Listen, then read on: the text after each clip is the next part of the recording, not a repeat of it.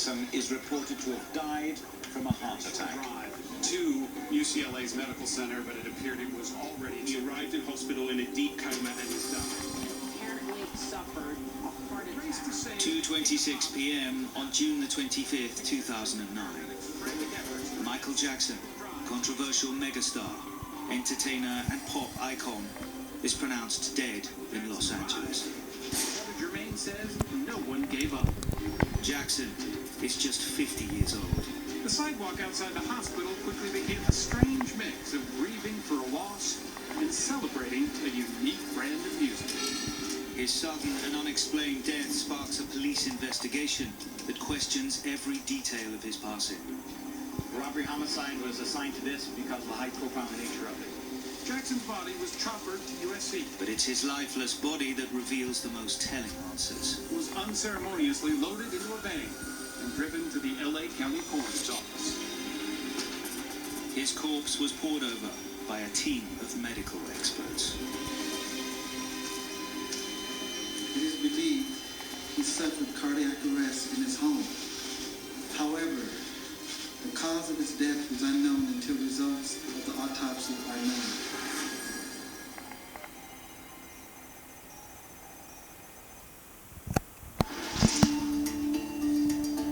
World-renowned forensic pathologist Dr. Richard Shepard has been performing high-profile autopsies for more than 25 years. He was the expert witness at inquests into the deaths of Princess Diana, Jill Dando, and victims of the 9/11 attacks.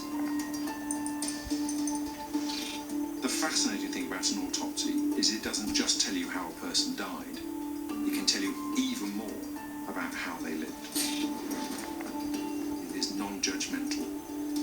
It is a scientific acquisition of facts. And the fact that an individual is a celebrity makes no difference at all. There are no celebrities on a mortuary slab. Now Richard Shepard will forensically unpick Jackson's autopsy and piece together what happened in the final hours of his life. This is the coroner's report into the death of Michael Jackson. These hard, cold medical facts tell us who he was and what he was doing. But more than that, they give us a timeline of the events leading up to his death. June the 24th, 2009. Jackson is renting a mansion in Beverly Hills. In just 19 days' time, he will embark on a sell-out 50-date residency at London's O2 Arena. 40 years previously, Michael Jackson had burst onto the music scene. As the lead singer with the Jackson 5, he was propelled to international megastardom. Michael Jackson was the king of pop. He was a king of entertaining.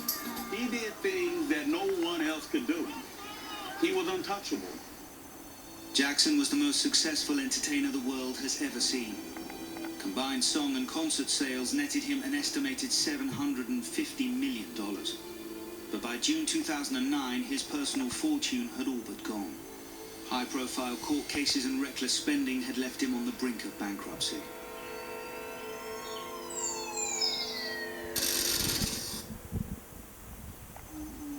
Michael Jackson had essentially been a recluse for 12 years, not touring, not really having any huge record releases like his past. He was around $400 million in debt. He also had over 30 lawsuits lined up against him. For Jackson, there was only one way out. To ease his debt, he must perform a grueling schedule of concerts in London. And to ensure his health and fitness, he's depending on his personal physician, Dr. Conrad Murray. But Jackson would never make opening night. To look at the autopsy, the first thing we see is it's a male of approximately 50 years. There are no significant injuries, but there are some grazes and abrasions to the centre of the chest. I don't think these are significant in causing his death. And I do know that he's had quite prolonged and extensive resuscitation, and these injuries are typical of that type of resuscitation. Jackson's life was dogged with moments that were both controversial and bizarre. And the secrets revealed by his autopsy are no different. The autopsy report states that he's black, and that is, of course, correct. But if you looked at the body objectively, not knowing it was Michael Jackson, it wouldn't be that clear-cut. Millions of column inches have been devoted to the subject of Michael's skin. Was he black? Was he turning white? Was he turning himself white? These are the questions that everyone wanted to know. Jackson always claimed that his pallid appearance was due to a rare skin disease, but few believed him. You can see from the autopsy that just as Jackson maintained, he did have a skin condition. In the darker areas there are lighter blotches, and it appears that in these lighter blotches the skin has stopped producing pigment. Cells called melanocytes produce a dark pigment, melanin, that colours the skin. But these cells are absent in the autopsy. And without these, the skin is pale, and that explains Jackson's appearance. And it's consistent with a disease called vitiligo. Just as Jackson had always insisted, he did have a rare skin problem. But he also made other claims about his appearance.